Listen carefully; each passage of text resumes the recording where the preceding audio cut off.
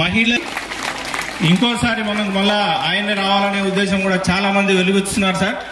So ఆసరా కార్యక్రమానికి ఈరోజు వివిధ ప్రాంతాల నుంచి వివిధ పంచాయతీల నుంచి మహిళా సోదరులందరికీ ముందుగా 2 చేతులు ఇచ్చి శిరస్సు వంచి నమస్కరిస్తున్నాం. ఈనాటి కార్యక్రమానికి ముఖ్య అతిథులు మన పార్లమెంటు సభ్యులు, ప్రియతమ నేత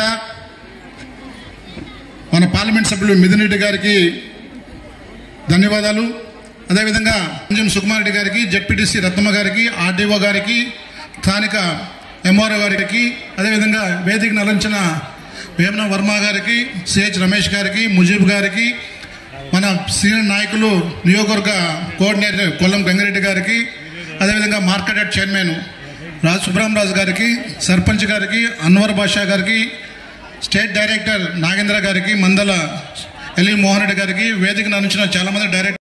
అంటే దాని అర్థం ఏంటంటే ఎక్కడైతే మహిళలను గౌరవిస్తామో, మహిళలు సంతోషంగా ఉంటారో, మహిళలు చల్లగా ఉంటారో ఆ ప్రాంతం అంతా దేవతలంతా సంతరిస్తూ ఉంటారు అనేది ఆనాటి ఇతిహాసాలు రామాయణంలో మనం చూస్తుంటాం. కానీ బహుశా ఈరోజు రాష్ట్రంతో పాటు మన కోడూరు ప్రాంతం కూడా ఇంతమంది అక్కా చెల్లెమ్మలు అందరూ కూడా ముఖంలో చిరునవ్వు ఉందంటే ఖచ్చితంగా జగన్మోహన్ రెడ్డి గారి ఆశీస్సులు ఈ ప్రాంతాలకు క్లియర్ కట్గా ఉన్నాయని చెప్పేసి కూడా మనం భావిస్తున్నాం.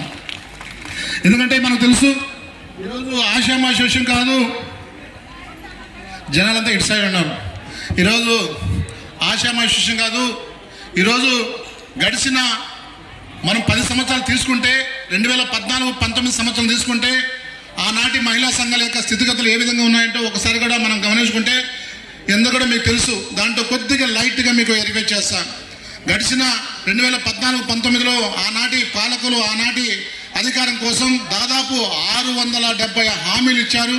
హామీల్లో ప్రథమంగా రైతు భరోసా, రైతు రుణమాఫీ, అదేవిధంగా రైతులు మహిళలకు సంబంధించింది ఏదైతే ఉందో ఈ డ్వాక్రా రుణమాఫీ చేస్తామని చెప్పి ఆ రోజు కూడా చెప్పడం జరిగింది.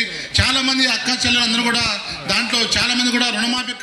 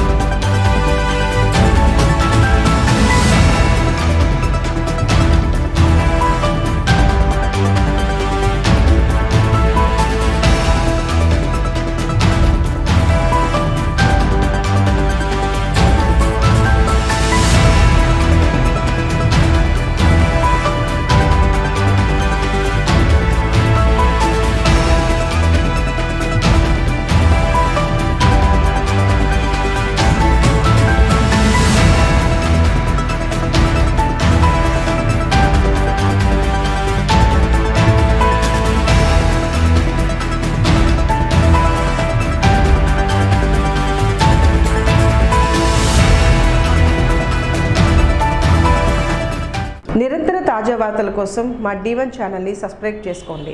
Please like, share.